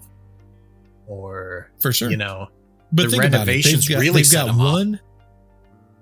Oh yeah, but think about it. Mm-hmm. There's one defining factor in all of that information that makes you think this person doesn't like kids in general. Because kids are loud. Right. Kids cause mischief. Yeah. And they brought up multiple times very threatening things towards the children. Every letter. Right. Now, the notes that I put on mine, in which this isn't going to make sense because it's clearly not your narration, but I said, as mentioned earlier, the immediate suspects fell on neighbors, especially those with a clear line of sight on the Broaddus' house, which included Michael. Michael lived on the side that the vast majority of the information gathering would have been gathered on his side. Okay. So if there was things said, his house was the side on the same side as the family room. His house was the same side that you could hear into the kitchen if you were outside the house. The second one is law enforcement conducted forensic analysis on the letters, but did not publicly report matching the DNA found on one of the letters to any suspect.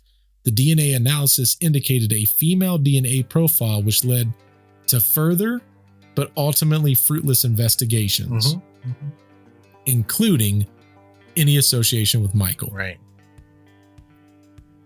Because I was really going down this Michael path. The police extended their search to including former house owners and people associated with them, considering the possibilities that someone with historical attachment to the house might also be involved. One of that was there was a housekeeper. I don't think we covered that anywhere. No, we didn't. Actually, I did not know about this.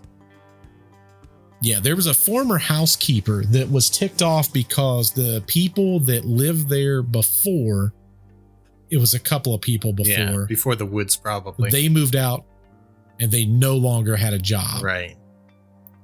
So there was even a theory that housekeeper was ticked. And I think her husband worked there also doing like landscaping or something. So they lost an entire job out of it. And they even thought that they could have been, because some of the things that they talked about, that housekeeper would have knew all about. Yeah. A housekeeper definitely would be intimate with the insides of the house. Correct. And due to the lack of clear suspicion and cryptic nature of the letters, there's been much public speculation and amateur sleuthing with various theories about potential culprits, ranging from disgruntled housekeeper, which I talked about, to even real estate rivals. I had saw some mention about that as well. And Yeah. real estate rivals would come out ahead on this if they could. Correct. I mean, the more times this changes hands, they just keep winning and winning. Correct.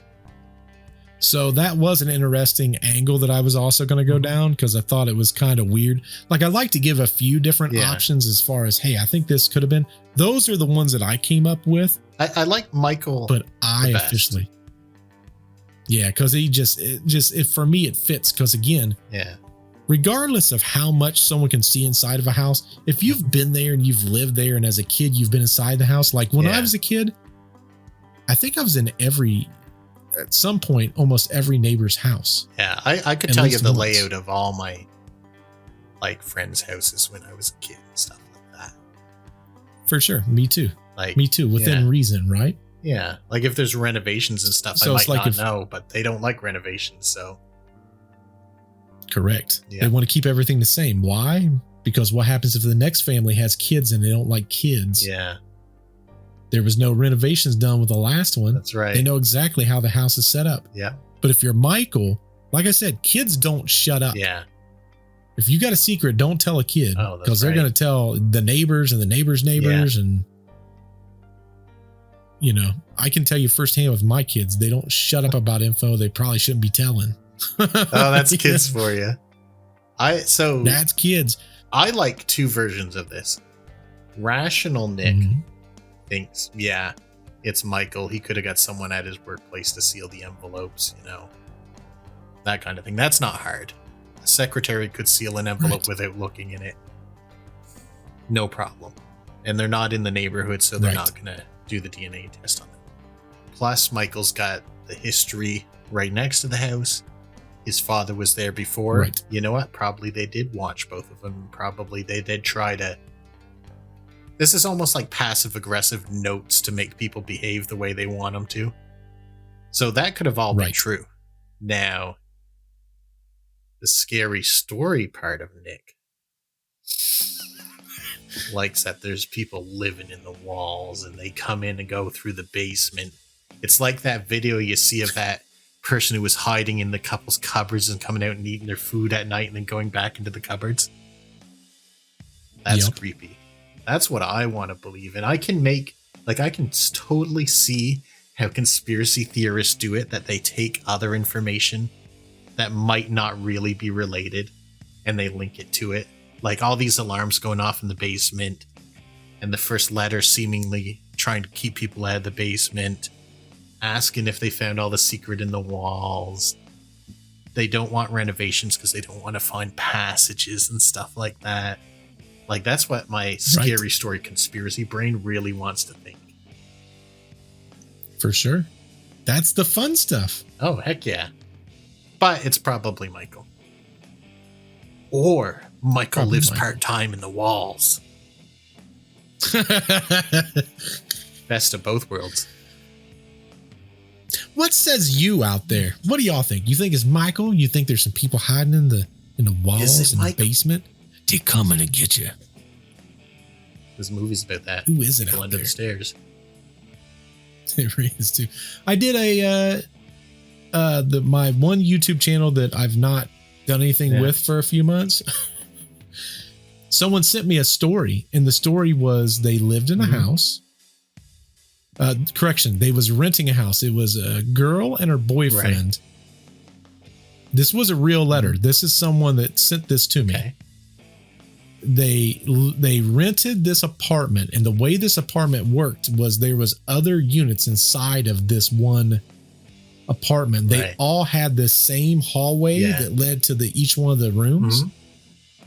And they moved in. They lived there for a few months, and the girlfriend was getting mad at the boyfriend because they kept eating something, and the boyfriend would be like, I don't know what you're talking about. I didn't eat this, blah, blah, blah, blah, blah. They would argue about it. And let me tell you, boyfriends and girlfriends do argue about that. For sure. 100%. Wives and husbands argue about that. It doesn't change. Kids and parents. If you live with someone, someone's mad about something getting ate. Yeah, that's why I don't want to live with anyone. There's an ice cream bar. There's an ice cream bar story in my household that causes arguments to this day. That's harsh. That's rough. And it's me that's causing it. It's my ice cream bar. Stop it. Buy more of them. Ticked me off.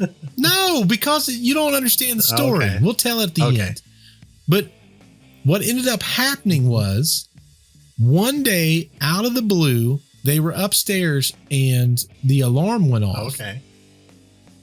And then they heard running to the front door. It was a outside, like a fire alarm thing for the apartment. Okay. They ended up running outside. They just thought it was the neighbors that was running. When they came back in and the coast was clear, they had one of those stairways that had a door that had the built-in closet. Right. And the door was open. And they thought it was odd that the door was open. But they thought, again, unfortunately, the boyfriend got the brunt of the blame. She's like, why would you do this? But when they went to close it, they had noticed there was like like the area that's like a crawl area. Yeah. It went into that basement. They saw it. It was ajar because someone heard that alarm, got freaked out. When they looked into that crawl area, it was like another little finished off part in that stairway where you store stuff. Yeah. There was cans that was missing of their food that was down there. That's spooky. But it was like the lame foods, the foods that you wouldn't typically eat. So it'd be like a can of corn, green beans. Yeah, like something stupid you wouldn't be looking for typically. Well, that's what could be so happening. They ended up finding out. Oh, for sure. Now in my household, I'm going to tell you this story. Right. And Ella, this is going to live with you for the rest of your life. Sorry, Ella. So Jess and I, keto diets, right? Bear in mind, this happened like last year. Yeah. I haven't let this go. Oh boy. It's never going to be like that. No. Well, not as long as I'm alive, it's not going to. We're on this keto diet. And one of the greatest joys in my entire life on a keto diet, because I love chocolate and I love ice cream, is these Breyers makes these ice cream bars that are keto friendly. Oh. 4 grams, 4 grams of carbs, very low. The kids, to be fair, because I don't want to eat an ice cream bar and let them know, hey, I'm eating this ice cream bar. I bought them the good ice cream bars, the one with all the calories in it, all the good stuff, I think all I the know sugars, where this is going. and a bunch of these ice cream bars. One day I came home from work a little early. Yeah. And as I come through the door, no one's going to appreciate this listening to this, but there's Ella. Oh no. Caught red-handed. She's like, well, I didn't think he was going to be home so quick. I said, more importantly, there's an entire box full of the good ones. I go, does the keto ones taste better? She goes, well, no. I said, then why are you eating the ones that only I can have? I have beat that dead horse to death at least 50 times. Every time she does something that I don't like, I'm like, remember that time with that ice cream bar? Remember that? I hold a grudge. I hope that she takes the lesson from this. And that is, you've got to be careful when you do these little crimes so you don't get caught. For sure. Don't stop doing them. Listen. Just be smarter about it. When I'm sneaking around my house, okay, like I've got a real little one now. And like if she sees you eat something, you have to share, or sometimes you just don't want to share. Listen, it's fine. Listen, all you parents out there, sometimes you want to enjoy a little bit of something. Yeah. Right. So what does every good parent do? They disgustingly go into the bathroom and eat it. That's what you do. So what I would have done in her circumstance is I would have ate it while peeking out from the curtains. And then I would have saw you coming and I could have run away. That's how I would have done it. I mean, valid. That's another way you could have done it. Yeah. Or I could have one of the good ice cream bars in my other hand, and if you came in, I'd put it on top of the bad one, and then you might not know that I have a bad one. It's like when you put a comic book in front of your workbook at school. For sure. Yeah, there's a lot of ways to get away with that. That would have been crafty. That would have been crafty. At least she did not think of any of these things. Well, not that time. Did not think of any of them. But like, how many times has she gotten away with stuff since then? Because she's smarter now. We can only hope. Yeah, you're going to be in for a hard time. Well, hopefully y'all enjoyed this podcast. If you enjoyed this podcast, you've not gave us thumbs up, what you waiting on? Give us that thumbs up. Also, wherever you're listening to your podcast, please be sure to give us that rating, because listen, it helps our podcast grow, helps other people find our podcast. Right. You won't be consuming product for free. You'll be contributing to our fine establishment here, a very reputable podcast by the name of Deceptive Reality. Oh, boy. Yep. It's love, Nick. It's love. But until we see you on the next podcast, goodbye. Bye-bye. You ready to rock and roll? I'm always ready, Nick. Here we go. Don't forget the name of the podcast. Don't forget.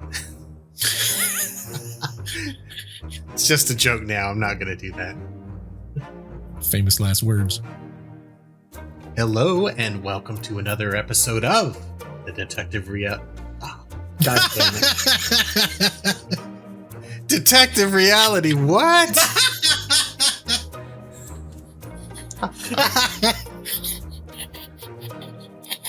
Alright, that part can be in the blooper reel.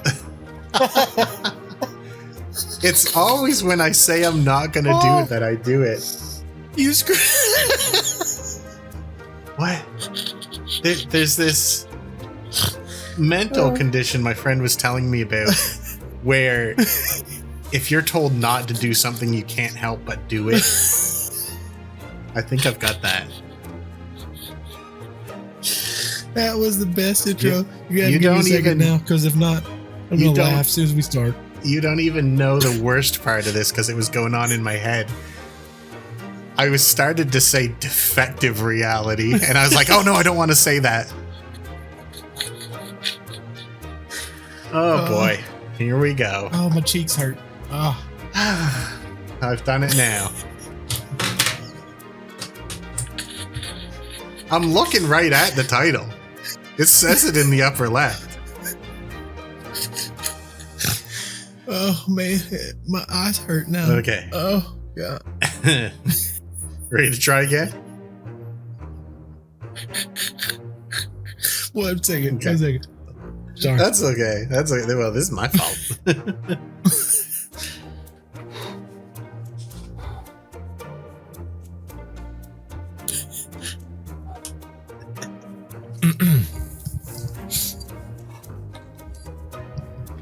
All right. Okay, go again. I think it might almost be funnier if I just go anyway. But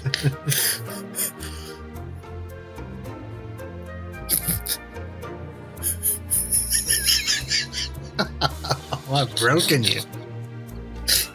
That was freaking hilarious, dude. Your eyes got so big. I'm like, oh no. I'm crying, man. My eyes are going to be red when we started this. People's going to start thinking I got high or something before we did. I think we've been accused of that before. We have now. Yeah. There's some validity to it. I wonder if it was on the last episode I did that. I don't know. I can't remember. Don't laugh. You're going to make me laugh if you laugh. Okay. Don't laugh. I'm not laughing. I'm dead serious. Serious face. Yep.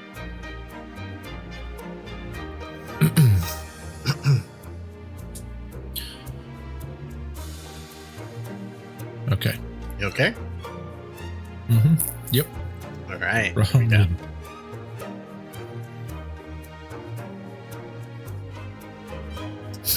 There you go.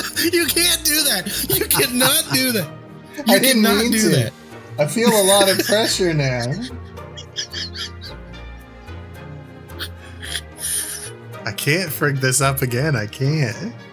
If you start laughing, I can't stop it.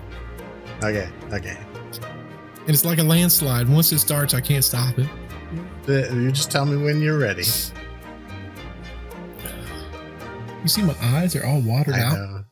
Mine too, but